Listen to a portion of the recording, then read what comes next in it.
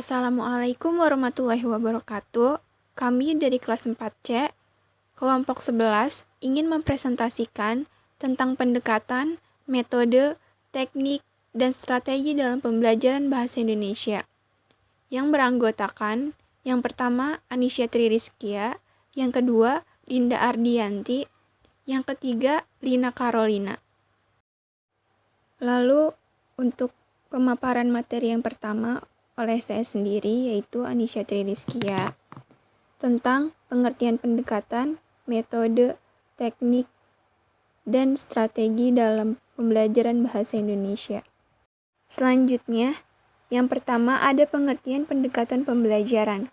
Pendekatan pembelajaran dapat diartikan sebagai titik tolak atau sudut pandang terhadap proses pembelajaran, yang merujuk pada pandangan tentang terjadinya suatu proses yang sifatnya masih sangat umum. Di dalamnya mewadahi, menginspirasi, menguatkan, dan melatari metode pembelajaran dengan cakupan teoritis tertentu. Pembelajaran terdapat dua jenis pendekatan, yaitu yang pertama, pendekatan pembelajaran yang berorientasi pada siswa, dan yang kedua, pendekatan pembelajaran yang berorientasi pada guru. Kedua, pengertian metode pembelajaran. Metode pembelajaran dapat diartikan sebagai cara yang digunakan untuk mengimplementasikan rencana yang sudah disusun dalam bentuk kegiatan nyata dan praktis untuk mencapai tujuan pembelajaran. Terdapat beberapa metode pembelajaran yang digunakan untuk mengimplementasikan strategi pembelajaran, di antaranya ceramah, demonstrasi, diskusi, simulasi, laboratorium, pengalaman lapangan, brainstorming, debat, simposium, dan sebagainya. Ketiga, pengertian teknik pembelajaran. Teknik pembelajaran dapat diartikan sebagai cara yang dilakukan seseorang dalam mengimplementasikan suatu metode secara spesifik. Misalkan, penggunaan metode ceramah pada kelas dengan jumlah yang relatif banyak membutuhkan teknik tersendiri, yang tentunya secara teknis akan berbeda dengan penggunaan metode ceramah pada kelas yang jumlah siswanya terbatas. Lalu yang keempat, pengertian strategi pembelajaran. Strategi pembelajaran menurut J.R. David, Wina Senjaya, tahun 2008 menyebutkan bahwa dalam strategi pembelajaran terkandung makna perencanaan. Artinya, bahwa strategi pada dasarnya masih bersifat konseptual tentang keputusan-keputusan yang akan diambil dalam suatu pelaksanaan pembelajaran. Dilihat dari strateginya, pembelajaran dikelompokkan ke dalam dua bagian. Yang pertama, exposition discovery learning, dan yang kedua, group individual learning, menurut Troughton dalam Wina Senjaya tahun 2008. Baik, saya Lina. Di sini saya akan membahas mengenai permasalahan pendekatan, metode, teknik, dan strategi dalam pembelajaran bahasa Indonesia. Setiap proses mengajar, pendidik sering dibingungkan dengan permasalahan istilah pendekatan, metode, teknik, dan strategi pembelajaran. Istilah-istilah tersebut dalam proses mengajar selalu menjadi perbincangan, bahkan hingga saat ini masih menjadi perdebatan, dan tidak pernah ada titik temu yang dapat dijadikan pegangan oleh seorang pendidik dalam mengajar. Langsung saja kita ke permasalahan pendekatan. Di sini saya akan menganalogikan agar mudah dimengerti. Jika seseorang akan pergi ke Surakarta dari Yogyakarta, sebelumnya harus sudah memiliki keyakinan bahwa kota Surakarta berada di sebelah timur kota Yogyakarta.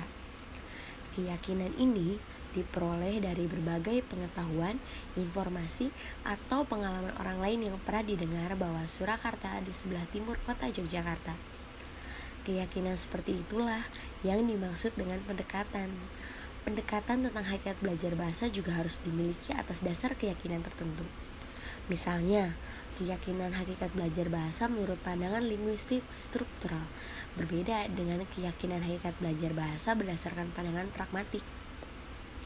Linguistik struktural berkeyakinan bahwa belajar bahasa pada hakikatnya adalah menguasai elemen-elemen bahasa. Atas dasar penguasaan elemen bahasa, seseorang akan dapat menggunakan elemen bahasa untuk berbahasa secara baik dan benar.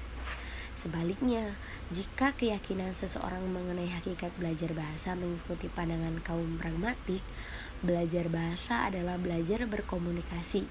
Atas dasar keyakinan itu, belajar bahasa harus belajar menggunakan bahasa untuk berkomunikasi dalam berbagai keperluan. Misalnya berkomunikasi melalui surat menyurat untuk keperluan dinas, berkomunikasi melalui diskusi untuk memecahkan masalah, berkomunikasi melalui wawancara untuk mengumpulkan data tentang suatu peristiwa dan lain sebagainya. Selanjutnya, permasalahan metode. Selama ini banyak orang yang salah pengertian bahwa metode sama dengan cara. Padahal cara adalah teknik bagaimana suatu tujuan dicapai. Sedangkan metode adalah rancang bangun pembelajaran yang satu sama lain tidak saling bertentangan untuk mencapai suatu tujuan. Metode adalah analog dengan jalan yang harus mencapai suatu tujuan. Sebelum menentukan metode yang harus dipilih, guru harus memastikan pendekatan yang digunakan. Misalnya, seseorang berasumsi bahwa kota Surakarta berada di sebelah timur kota Yogyakarta. Inilah pendekatan. Oleh karena itu, agar dapat sampai ke Surakarta, seseorang dapat memilih berbagai jalan yang dapat dilalui agar sampai ke Surakarta. Dalam setiap pembelajaran bahasa Indonesia, guru dapat memilih banyak jalan atau metode. Namun, guru yang memiliki kompetensi pedagogis baik pasti atau mampu memilih jalan atau metode mana yang harus dilalui agar tujuan tercapai secara efektif dan efisien. Kemudian, permasalahan teknik. Setelah jalan yang dilalui sudah dipilih berdasarkan asumsi pendekatan tertentu, seseorang dapat memilih teknik. Sebagai analogi, seseorang yang sudah memilih metode atau jalan menuju ke Surakarta, mereka dapat memilih cara menyusuri jalan menuju ke Surakarta. Ada orang yang memilih cara dengan naik bus agar tujuan dapat lebih cepat dicapai. Orang lain ada yang memilih kereta api dengan alasan agar dapat melihat pemandangan di kanan dan kiri rel kereta api. Bahkan ada pula yang naik sepeda dengan alasan sambil berolahraga. Itulah teknik atau cara. Pemilihan teknik harus didasarkan atas pertimbangan bahwa cara tersebut adalah cara yang paling efisien dan efektif untuk menyusuri jalan menuju ke suatu tujuan. Dan yang terakhir yaitu permasalahan strategi. Setiap strategi yang dipilih harus memperhitungkan bahwa tujuan akan tercapai secara efisien dan efektif. Namun, selain memperhitungkan tujuan, guru dapat juga memperhitungkan tujuan ikutan yang dapat dipetik melalui teknik yang dipilih. Karena yang dari tadi kita analogikan itu Surakarta adalah tujuannya, inilah yang disebut strategi. Jadi, strategi adalah siasat untuk mencapai suatu tujuan. Baik, saya Dinda Ardianti akan melanjutkan materi yang telah disampaikan oleh Lina Carolina Koswara, yaitu tentang penerapan, pendekatan, metode, teknik, dan strategi dalam pembelajaran bahasa Indonesia. Sebelumnya, mohon teman-teman perhatikan gambar yang telah dilampirkan. Gambar tersebut adalah bagian komponen utama dalam pembelajaran bahasa Indonesia. Komponen utama dalam pembelajaran bahasa Indonesia yaitu ada guru, pembelajar, dan materi. Artinya, pembelajaran bahasa Indonesia yang utama adalah guru mengajarkan materi kepada pembelajar. Agar materi dapat diserap oleh pembelajar, guru berusaha semaksimal mungkin agar pembelajar tahu, mampu, dan mahir berbahasa. Selanjutnya ada komponen pendukung dalam pembelajaran bahasa Indonesia. Daya serap pikiran pembelajar ada yang cerdas, sedang, atau bahkan kurang. Maka dibutuhkan berbagai dukungan untuk mempermudah penyerapan informasi. Dengan demikian, guru harus mampu menerapkan pendekatan, metode, teknik, dan strategi secara terpadu. Artinya, keterkaitan antara pendekatan, metode, teknik, dan strategi harus menggambarkan alur proses belajar mengajar di kelas. Penerapan komponen pokok maupun komponen pendukung yang paling hakiki dalam pembelajaran adalah tercapainya kompetensi pembelajar. Contoh metode dalam pembelajaran bahasa Indonesia. Terdapat dua metode, yaitu metode kooperatif dan metode pembelajaran berbasis masalah. Di sini saya akan menjelaskan metode kooperatif terlebih dahulu. Pengertian metode kooperatif ini adalah jalan untuk mencapai tujuan dengan cara bekerja sama antara pembelajar satu dengan pembelajar yang lain.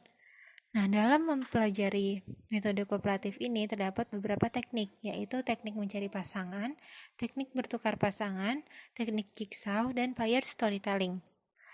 Yang pertama, teknik mencari pasangan. Teknik ini dimaksudkan untuk memahami suatu konsep atau informasi tertentu yang harus diungkapkan oleh pembelajar.